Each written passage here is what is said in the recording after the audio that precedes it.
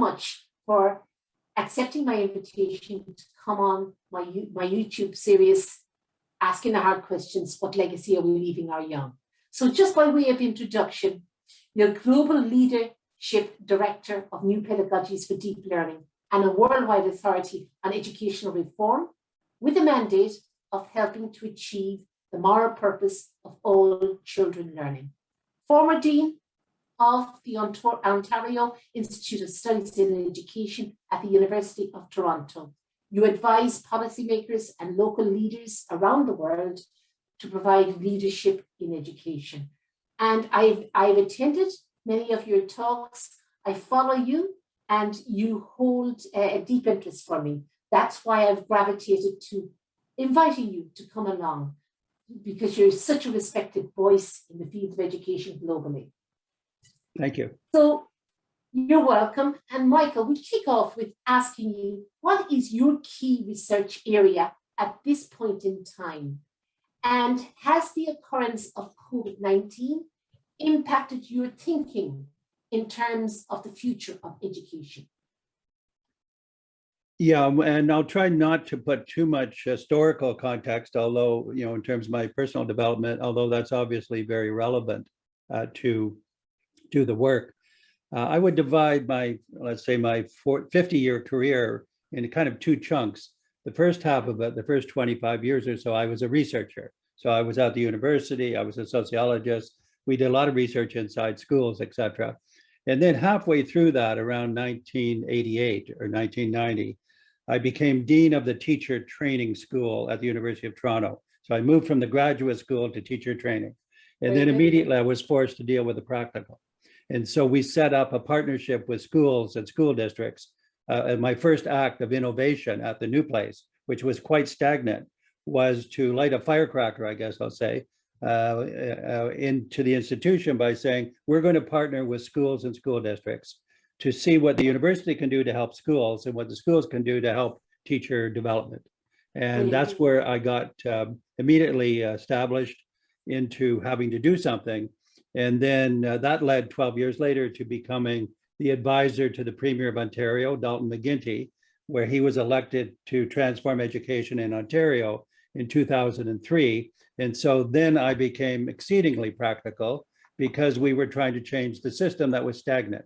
And as I did that, I guess I'll say my research intellectual interests, which is how to understand change and how to improve things, became a moral question.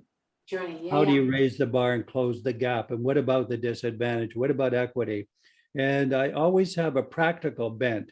So what I'm roaming through is the practicality of improving while studying this, the importance of doing it in a micro way, that is within every school and community, but also a macro way, frame the policies so they're more favorable. So my current work is square on what I would call, we call it engage the world, change the world. That is mobilizing students to be learners and change agents seamlessly. Very good. On the same day. But obviously that we develop them and they develop themselves in schools that want to do this. So we partner with them. Last thing I'll say by way of introduction, I have a kind of a cardinal finding that says 80% of my best ideas come from leading practitioners. So we're really getting the insights. In leading practitioners, I'm including, let's say, 6-year-olds, 10-year-olds. Right. I'm talking about students as change agents as well as learners. Really engaging them. Yes. Right. Yeah. Yeah, we have a model for that that's based on the 6 C's, character, citizenship, probably the model, and that we've changed the curriculum from the obsession on academics to the focus on purpose, belonging, and meaningfulness, but then pursuing academics from that more fundamental, I'll say, neurological basis of well-being and mental health and the complete child. And that is so pertinent now, particularly as schools, etc., go back to a new norm. We can't return to the status quo, but it's perhaps a brilliant time to actually grasp this opportunity to instill change. I joke that the Teachers of Ireland overnight pivoted to online delivery. And the capacity is there, and the capacity and resilience is there with the children. We often underestimate them. But just coming to this notion of moral purpose and spiritual leadership that you are big on, and you talk about moral purpose writ large. The leadership benchmark worldwide, according to the DDI reports that has come in from America, they say that the leadership bench is diminishing in organizational terms, largely due to burnout at the hands of COVID-19 and all that came with it in terms of dependence on leaders to lead. In this context, talk to me about the cultivation of leaders in the field of education. Okay, so let's take moral purpose. I've evolved from moral purpose, and the next level up, if you like. And the next level up, you actually mentioned the word is spirit. And we just finished a book. It's published, will be published October 25th. That's called Spirit Work and the Science of Collaboration. And it captures, in this particular case, 8 districts in the United States that are doing this. And so we really are now looking at transcendental side of human evolution. I hate to put it in those general terms, but it's got specific meaning. If I go to your question directly, let's take December 2019, before COVID, December 2019. The school system was pretty terrible then for the majority of students. It just was blah. The best word I can think of is blah. That's the most favorable. So it wasn't going anywhere. And some leaders were getting scores in literacy and numeracy, but there wasn't any heart to it, I guess I want to say then. Sure. And then the pandemic came along and blew it open. And then I think, our team has been tracing all over the world what's happened in the transition, what are the issues, and we will have the same ones as do. We published about it, all of that. And the way to put it, I can think I'll say objectively, is that the future is up for grabs. I don't think the future is now more assured, even though the opportunity is there for that. I think it could go either way because the world is such troubled situation. Now, to your leadership thing, I think prior to COVID, there weren't many leaders. I'm thinking of school leaders and system leaders, whether it's at a regional or state level. And it's not a criticism, it's just the nature of the system then.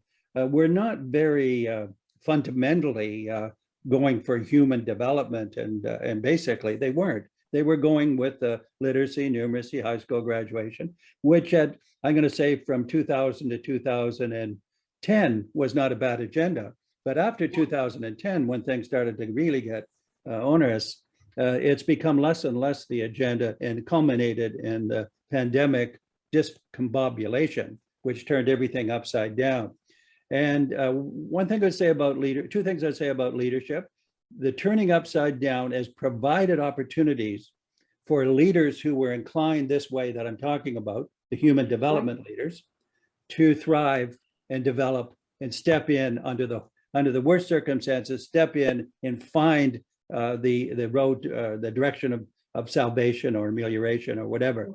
And there weren't very many leaders like that, but they were able, the ones that were had a propensity for that, really found themselves in a kind of a best case scenario for the kind of leadership that they represented.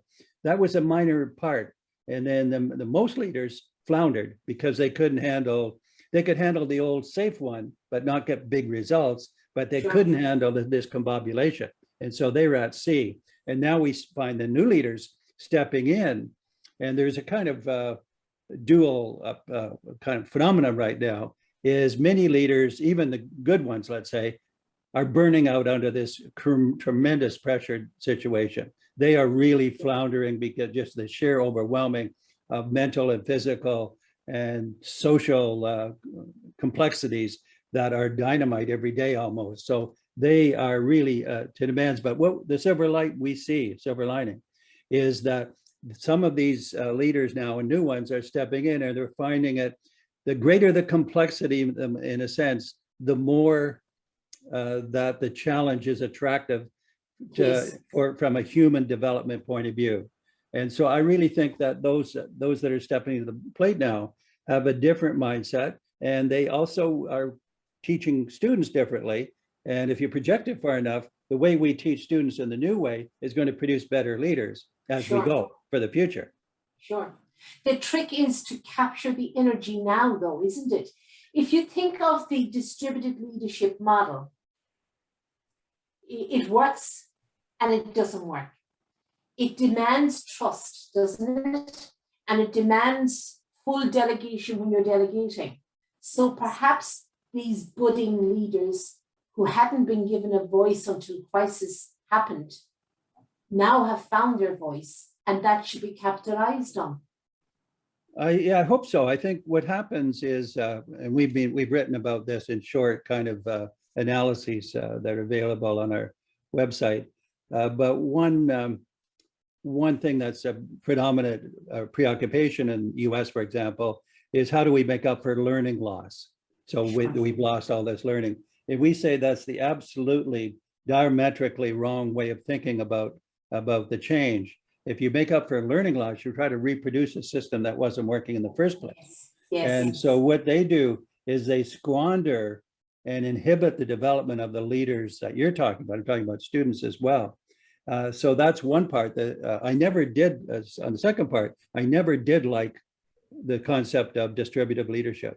In all my 50 books, I've never written about it favorably, because it has this connotation is that you democratize leadership in a segmented way that, okay, you do this or that, and you don't get the, what I call the systemness happening. You don't get the coalescing, and you get the individualistic distributed leaders, but you don't get the organization being different, because that requires a democratization of leadership, which is a different kettle of fish. And we use, I think we coined the concept now, we do, called connected autonomy. Sure, that's our yes. And the connected autonomy is that this leadership should come from all quarters. Now we have, with our new pedagogy, students who are learning about change and about the key learning concepts simultaneously, so they can be change leaders. We say we've never met a student young enough who's not a change agent, potentially.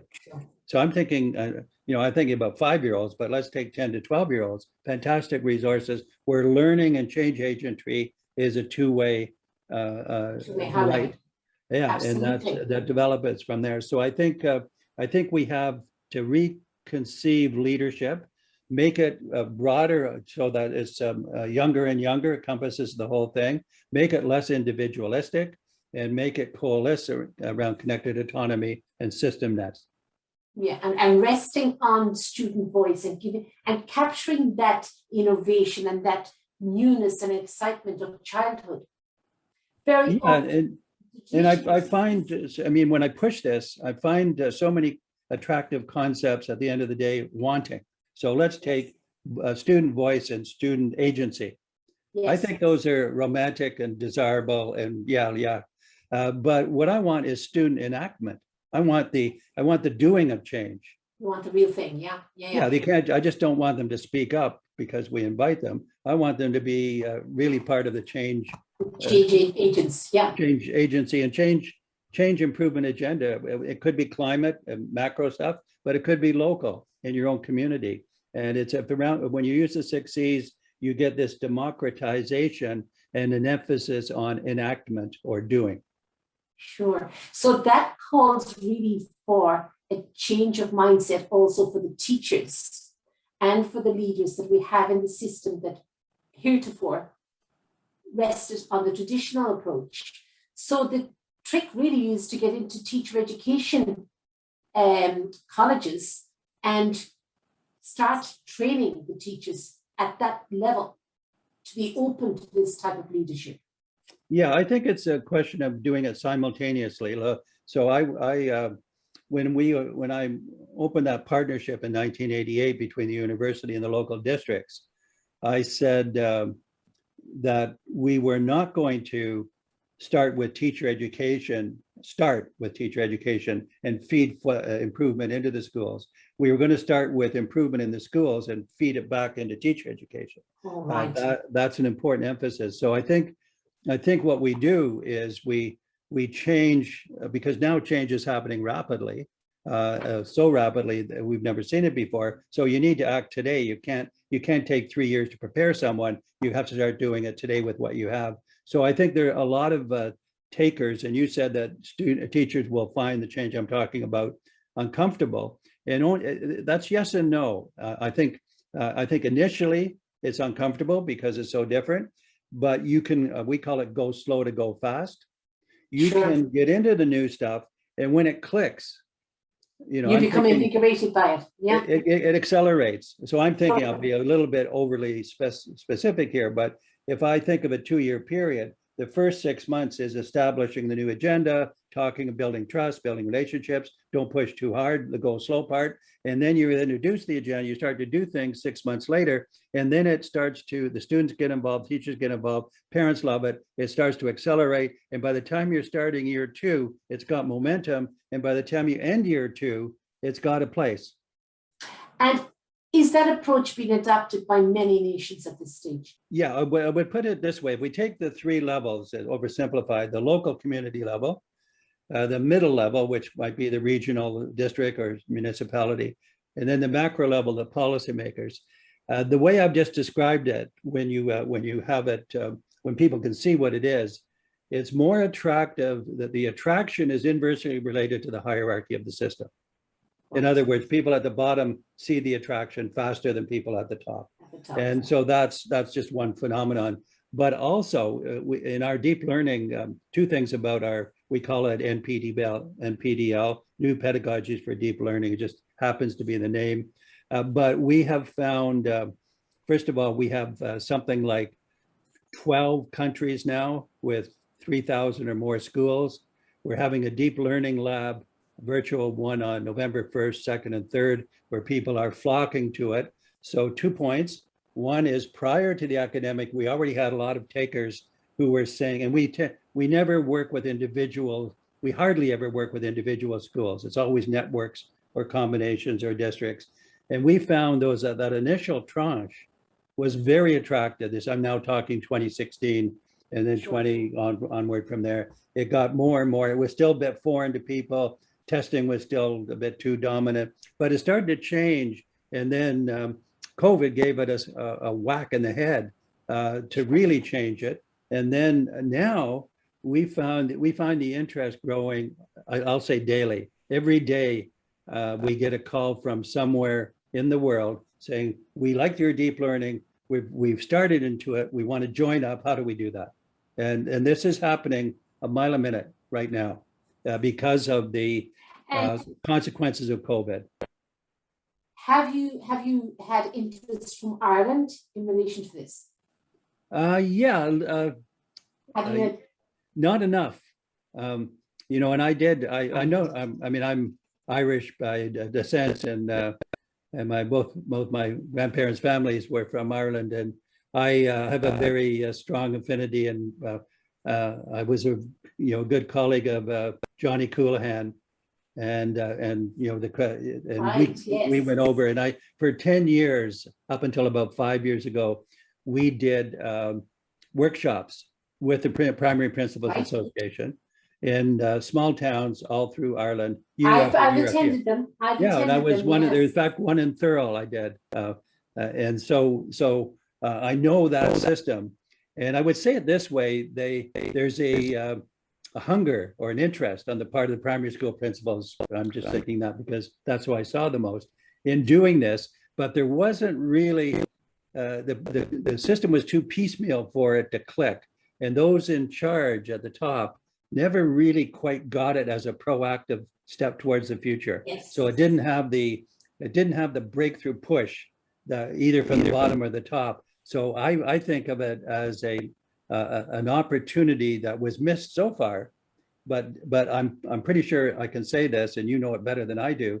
There is a propensity in Ireland among the educators, among the young, among the parents, among the society to do this work we're talking about. There's a strong interest and to make leadership Yes. different to enable it. But there is a disconnect.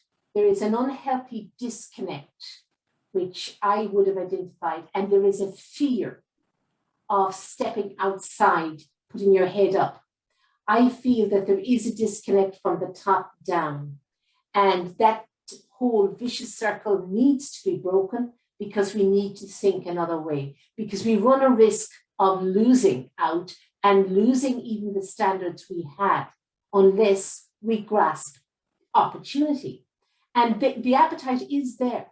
Yeah. No doubt it is there. And I'll be following through on this. Once we finish today, I will be following through to get a movement going towards the deep learning movement. Yeah, I love to be connected Now, with you on that. Just on this one point.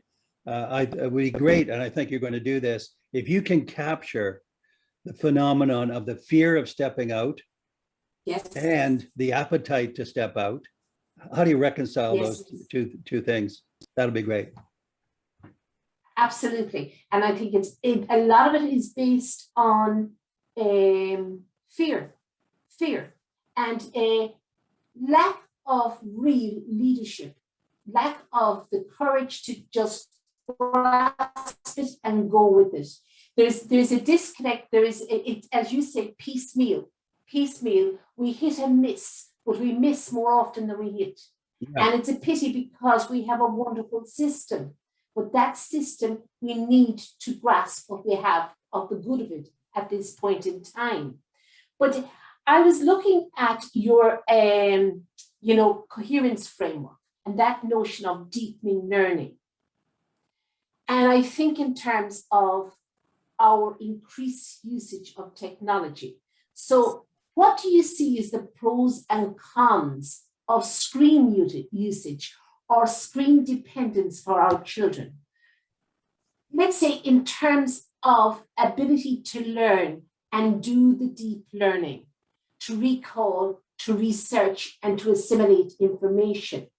You know, if I were to quote the Steiner school, the Waldorf school approach, where it would appear to me that the wiring of the brain is done in the traditional style initially, and then they're introduced to technology. But is there an argument that premature introduction to technology and dependence on technology robs the child of the opportunity to learn the skills of learning? Yeah, for sure. I mean, I think about 10 years ago, I wrote a book called Stratosphere. And yes. I said there are three things that are about the future. One is pedagogy, the other is knowing about change, and the third is technology. And then I also wrote this driver's paper where I said technology can be an accelerator, but should never be a driver, policy-wise or strategy-wise. Yes. And then we have the new version. I don't know whether you saw my report on the right drivers for whole system change. Yes. And one of them, they're paired, and one of the pairs is social intelligence vis-a-vis artificial intelligence or machine intelligence. So if I step back from this is very complex in many ways, because you could say, well, technology should play this or that role. But the fact is that technology imposes itself on the world every which way in an uncontrollable way. It's just all over, hidden in other not so hidden ways. So you can't avoid technology. You can provide guidelines, and we have done that. And I think the one there's a combination of maybe three things. One is to make sure all students have access. I'm talking about access to a device, a platform, and a place of using it, kind of minimum, because you couldn't stop it anyways. It is happening that way, so why not make it more fair? And then the second is we've put our emphasis on well-being and learning, and we have a neuroscientist on our team that's very much seamlessly part of our team. And well-being and learning is our foundational part, and so then so we want, that's one foundational part. The second foundational part is new pedagogy or pedagogy, which is a different relationship between the learner and teachers and others. So there's a lot of good ideas in that. They're not all new. As you well know, they've been some of them around for a long time, but we're pulling them together. So if you have well-being and purpose, you have now better pedagogy, then you can introduce technology. If you're straight about your purpose and you're straight about your pedagogy, then you can take more than minimal technology seriously. And then we have in fact, our model, we call it leveraging digital. How do you leverage digital to go forward? So I think there's great dangers in technology because the technology phenomenon is mainly led in the last 10 years or more, but let's say 10 years, by white male wealth. Literally. Yes, absolutely. All the companies, all the emphasis, all the profits, not all the profits, but majority of profits is all going in that direction. So the humanistic role of technology is to say, don't reject technology. That would be a mistake, but may reposition it so that it's part and parcel. And I like you can say, well, don't introduce it too soon, and I agree with that, but that's hard to control. I mean, students are just 3-year-olds. I think the horse is bolted. It already is in there. Yeah. But it's to teach the children digital literacy, the management of the technology. And I think our experience here in Ireland has been that children became more tech savvy than their parents, and it got out of the control of their parents too soon. Yeah, so that's right. The dependence, it is taken over, and it has actually interrupted the attention span, and teachers will report that. And this even the screen syndrome, and that whole thing of not being able to concentrate for any longer than a short period, or able to retain what they have heard. Yeah. But new learning, you say, needs to be irresistibly engaging, technologically ubiquitous, and steeped in real-life problem solving, and involve deep learning. What demands does this place on the teacher who is in the traditional mindset? Well, we think you mentioned that children are more tech savvy than the adults. I would say Sure. yes and no. That is, they're in a technical sense, they're more tech savvy, but in a learning sense, they aren't necessarily. They can be whizzes of this, and this, but not really know how to think better. So I think the approach is not to deny technology, but to have it as part of. In our case, it's part of 4 drivers. Well-being and learning is driver 1. Second driver is social intelligence. Third driver is investment of money by the system into capacity building. The 4th driver is systemness.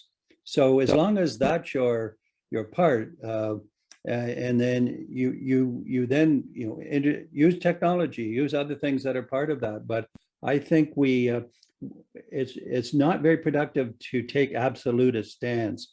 Technology should not do this or whatever, because you can't control that. But you can control the positive agenda to say, if we shape it this way, and we have students who are learners, and that's the fundamental part, and they're concerned about purpose and well-being, and so are the parents, and so are the teachers. Yeah, there's a place of technology. Where does it fit? Let's use it. And people will find themselves, they're using it anyways without knowing everything. I mean, artificial intelligence is all over us. So it's there.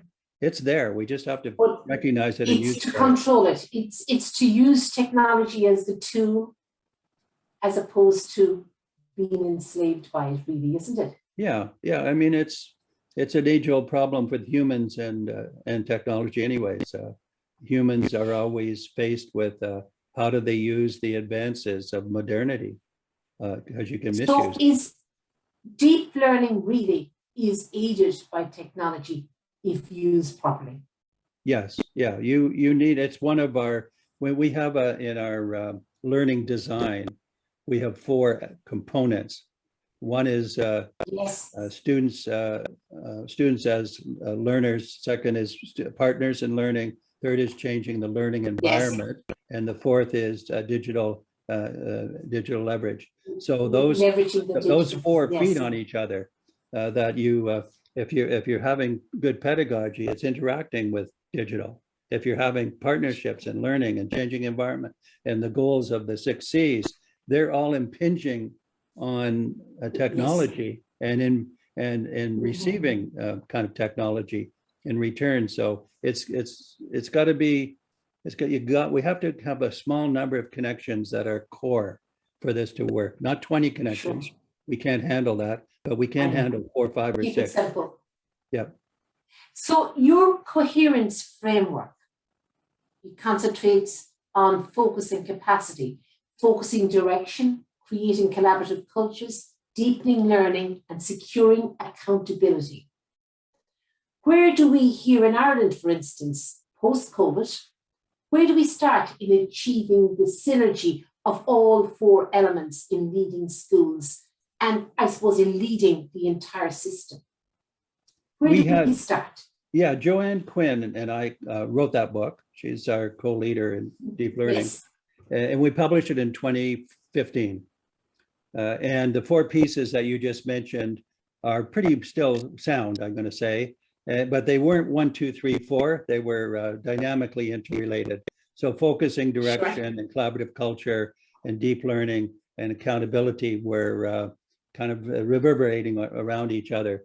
So in the newer work, now that we've had 6 years of using those ideas, we have tweaked them into the deep learning framework. It's the deep learning. Very good. I've tweaked them also into the drivers. So now we're pretty clear that the focusing direction has to be now steeped in well-being and learning, and not just focusing direction, any old direction, but the depth of that shift of the system.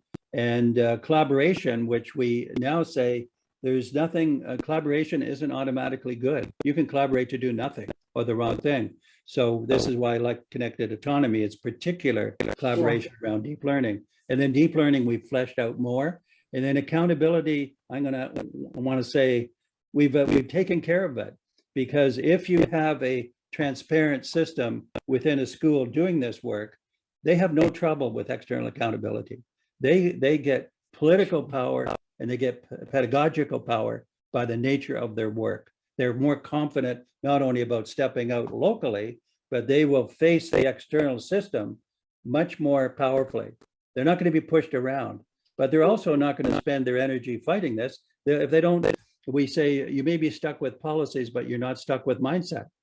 So if you don't like a policy, blunt it and do the good stuff and make the community and students thrive. I like the Finnish system, where in 1991 they got rid of their inspectorate and they introduced this 5-year master's program for teachers. They attracted the bright and very interested people who wanted to be in teaching for the right reasons, and their system turned inside out. But it's all resting on trust in the educator as the professional, as the expert. And I think at times that may be absent in terms of the perception of the educator in Ireland, at least, and I'd say across many nations. Yeah, I think that's an interesting question. Our colleague, most of us know Linda Darling-Hammond from Stanford. She said when people were calling for the Finnish system in the US, she said you can't fire your way to Finland. In other words, you can't fire your teachers and then hopefully somehow there'll be a magical replacement. So I think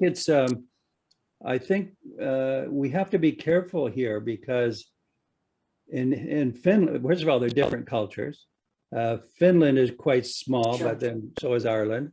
But it's also the case that in Finland, trust is actually not the cause, it's the outcome. Once it becomes the outcome, it serves its causal purpose. But you don't say, please trust me, and then we have a trust-based system. You have to build the trust. And I think I don't want to imitate Finland. I don't want to imitate Singapore. I want to imitate who I am in Ontario, Canada, in Ireland, wherever it is. Build your own system yes, take advantage of the insights from other countries, but make sure you leverage your own strengths. And I think what we've been talking about in Ireland is that the strengths have not been leveraged. They've been in the system, but they haven't been leveraged. My colleague Peter Senge on the systems work, he said, what's odd about systems is that we have systems where the majority of people in the system don't like the system, but the system persists. So you have a majority of participants don't like it, but it still goes on. So there's a kind of a puzzle in there. The puzzle in there is start the system as process. Use these principles. Look to other countries for insights, but not for solutions. We have a tendency in Ireland to always reference international best practice. And I'm always screaming, why don't we stand tall on our own 2 feet, on our own practice, look at other systems, take what's good from them, but be our own best practice. Yeah, I agree with that. And it's, it gets hung up in, some people complain or talk about the tall poppy syndrome, with somebody, the tall poppy pops up and it gets cut down by the rest because who do they think they are kind of thing. But I think we can change that and say, we're actually, what you have to raise up is not the individuals that are tall poppies, but the clusters and the combinations of what we call social capital. So I do think it's, and you have it in your title of your theme, I think the hard questions, it's time Ireland said, we are better than we think we are, and we are better than the world thinks we are. In fact, actually, you do quite well on the traditional measures of PISA, so which are not our best measures anyways.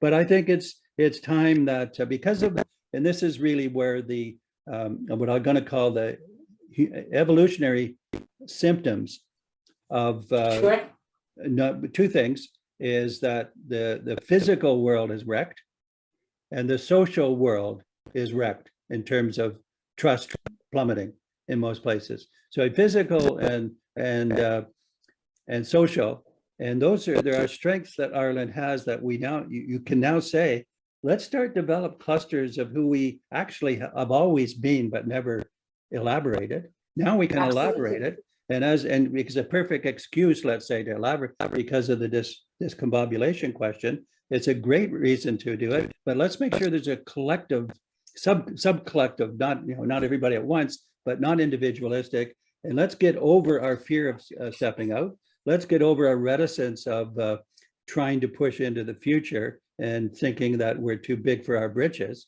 We aren't. We need bigger britches, actually. Sure, right. It all makes sense to me, having been through the system in a leadership capacity for 30 years. Absolutely, you're bang on with that observation. But talk to me a little about nuance and context. Nuance. I love that notion. Yeah, context. Nuance and context. Yeah, it's something. So the new emerging purpose for education is the urgency to develop unity of purpose, in which learners who can engage and thrive in an increasingly complex universe, the 21st century, come to the fore. And what role is collaboration in this process? Right. Well, I can't summarize the whole book in such short order, but I did publish the book, and as going back to my basic principle of the best ideas that come from leading practitioners, that book features leading practitioners doing this work. So what nuance is there's two big concepts. One is it gets below the surface of normal explanation and gets inside, and the leadership implication, the leadership participates as a learner with people and helping the system move forward. So the single distinguishing factor, for starters, one of two, so I should say the dual, is that these leaders are participators in the context and they're learners. And so one of the books made a nice distinction between a leader as apprentice and a leader as an expert. So they said most leaders should be both. And so this now gets us to context. And the big breakthrough in nuance, although I'm sure people have said it in different ways, but I think the big one is that effective leadership is always contextual literacy. Contextual literacy is the leader understanding the culture in the context in which they are leading. And Right. so we said every time you change a job as leader, you become de-skilled to a certain part because you can't be skilled in the new context Sure. by So snap of a finger. And then the onward journey of learning. yeah, and then the global or the pandemic helped us in that concept very much because it changed context for 100% of us. So now we have contextual literacy for 100%, new contextual literacy, but it's always there for reasons that we change positions or society changes in some fact. And if society is changing, it means the context is changing. So I think if we got all leaders to be sensitive to those two pieces, one is I have to be a learner because I won't be able to work with a given culture or situation unless I'm a learner, because I have to know them and be influenced by them and vice versa. And the second is I have to be humble enough to know that I have to learn contextual literacy over and over and over again. If I'm good at it, then I carry forward good ideas. So I'm not starting from scratch, but I am starting from a combination of I've got good ideas and this what I think I can interact with you about. And secondly, I've got things to learn. Let me do that. Let us do it. So it's a dynamic concept and it fits the modern times beautifully because the modern times are rife with continuous contextual change. Sure. And rife with opportunity to be grasped, but there's a fear that the pace of change will outstrip the pace that education is willing or capable of grasping at any one time. Yeah, well, try leading in stagnation. Yeah, as the alternative. That's it. The rapid change is in some ways, and you said it, I think, is rapid change or change is an opportunity to improve things. I mean, Sure. changing context. That's That's always, it. if the context was stagnant, we wouldn't have much opportunity to improve things. Context seems like it will never be stagnant again. So we need leaders who are skilled at achieving some degree of settling down while they actually innovate. And sometimes that demand to innovate is more powerful as it is in 2019 and 2020 and so forth right now for 2 or 3 years at least. But that's dynamic change is a leader's best friend. Sure. And having the autonomy to grasp it and go after it and having the courage to do it. Yeah. I think in Ireland, our principals, particularly our teaching principals, they're trying to perform a dual role and they're master of none because they're torn in all directions. We need a total overhaul of the system in terms of management versus leadership. I mean, a principal of a school really shouldn't be managing the building of the extension or the reconnection of electricity when it goes wrong or whatever, but it detracts from the time given to the actual real job in education. I recall in the 10 or so years I was interacting locally with so many people that was always the debate that where people say, yeah, management and leadership, they're sort of management is pulling us away from leadership. But there was the Primary School Principals Association did position papers on it. They talked about, I would have recommended, find a way of taking care of the management side. Sure. So that it could be delegation. It could be a combination of schools having a manager that looked after the administrative side. All of those things, those ideas have been around for 20 years. Still didn't happen. But it didn't happen, a lot of our progress is thwarted maybe through lack of finance or lack of the will to put finance into it, Yeah, but that's a problem that can be solved, right? If you try to solve it, you can solve it. Well, we found money when COVID happened and people were in lockdown and people got their payments, etc. But I noticed the OECD were quoted by the World Economic Forum in January as to possibilities for schooling going forward. And they gave 4 different possibilities: schooling extended, education outsourced, schooling as learning hubs, and the 4th one, learn as you go. And I was struck by the wording of this one. It's education takes place everywhere, anytime, Distinctions between formal and informal learning are no longer valid as society turns itself entirely to the power of the machine. Yeah. It's strong wording, isn't it?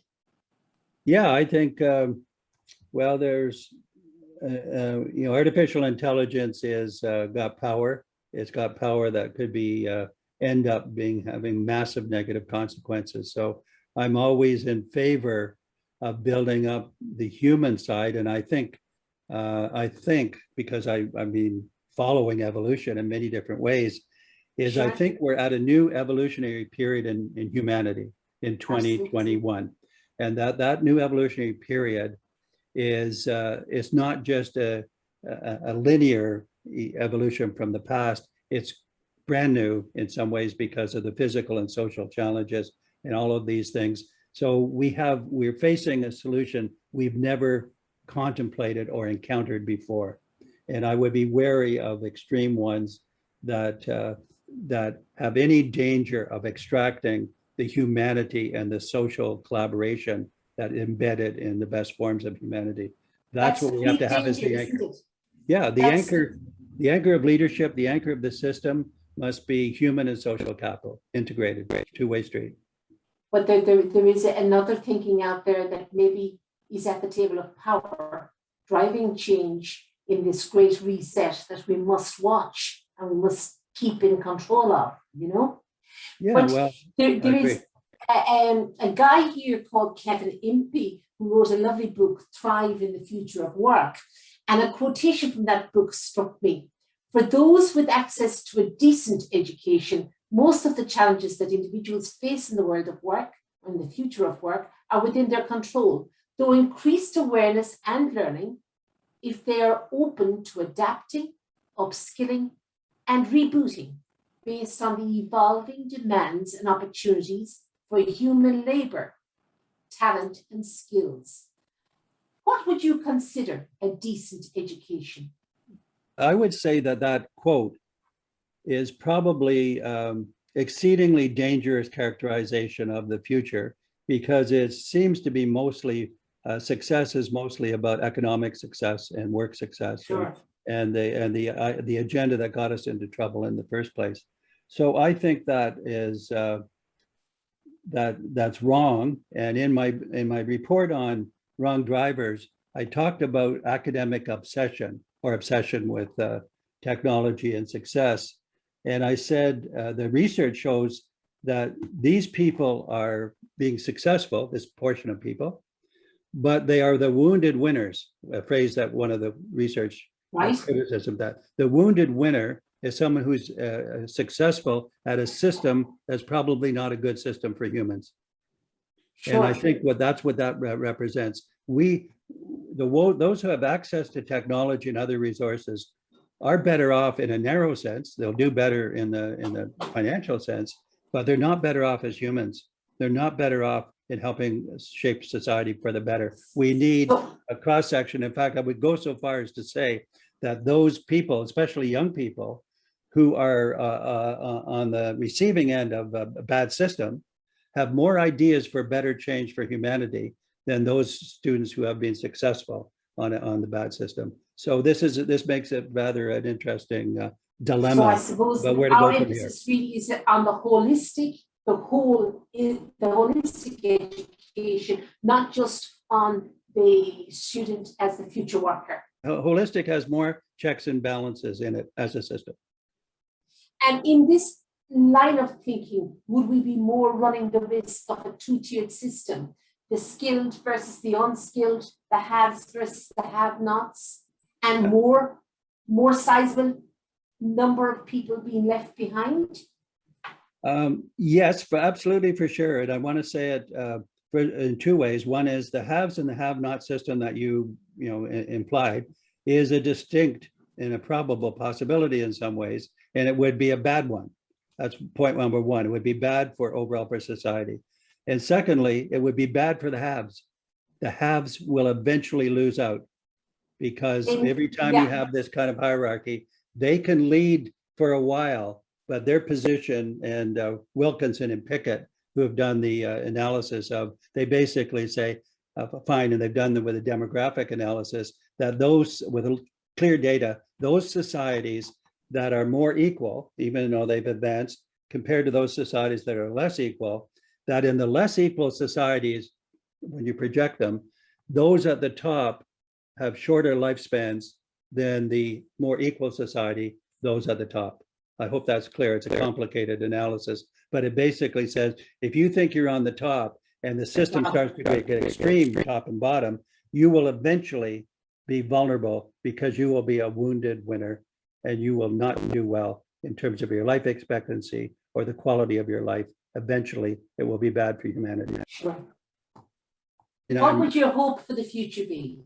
my hope for the future is the thriving of the global competencies for vast majorities of people. And we know that the gap between the rich and the poor, the equity question, is a problem in its own right in some ways, but it's a more serious problem for the disintegration of society. So my hope would be that the gap between those that are better off and those that aren't, which has actually increased in the last 40 years, astronomically almost, that gap not only would be reduced, but the overall combination would move forward and higher on the well-being learning dimension, not on the skill technology dimension, because the latter is a trap. The latter is a highway to a wrong destination. Sure. So that emphasis would be on DEI, the diversity, equality, and inclusion, and the arrival of the majority. And new qualities of the learners. It's not just reducing the gap. It is producing people at both higher and lower levels that we have now with better qualities that we've called the global competencies and the thriving and well-being. The overall system gets more fair or more equal, but also everybody moves up in that direction. Brilliant. I love your work. The best of luck with your research, etc. I intend to stay in touch with you, and I'll send you an email in relation to your upcoming course on November 1st, 2nd, and 3rd. And I'll get a group together for you, and we start a movement. Yeah? That'll be fabulous. I like your approach and I like your digging. So I think if you join us on November 1st, 2nd, and 3rd, you can be a proactive. We can keep going anyways, but let's make sure that we have a chance to follow up and build something better. Excellent. Thank you. I know you're busy. You're a busy man. You do a lot of important work, and I'm privileged that you took the time out to talk to me. Thank you so much, and the best of luck. You're very welcome, Teresa. Thank you very much, Teresa. Thank you.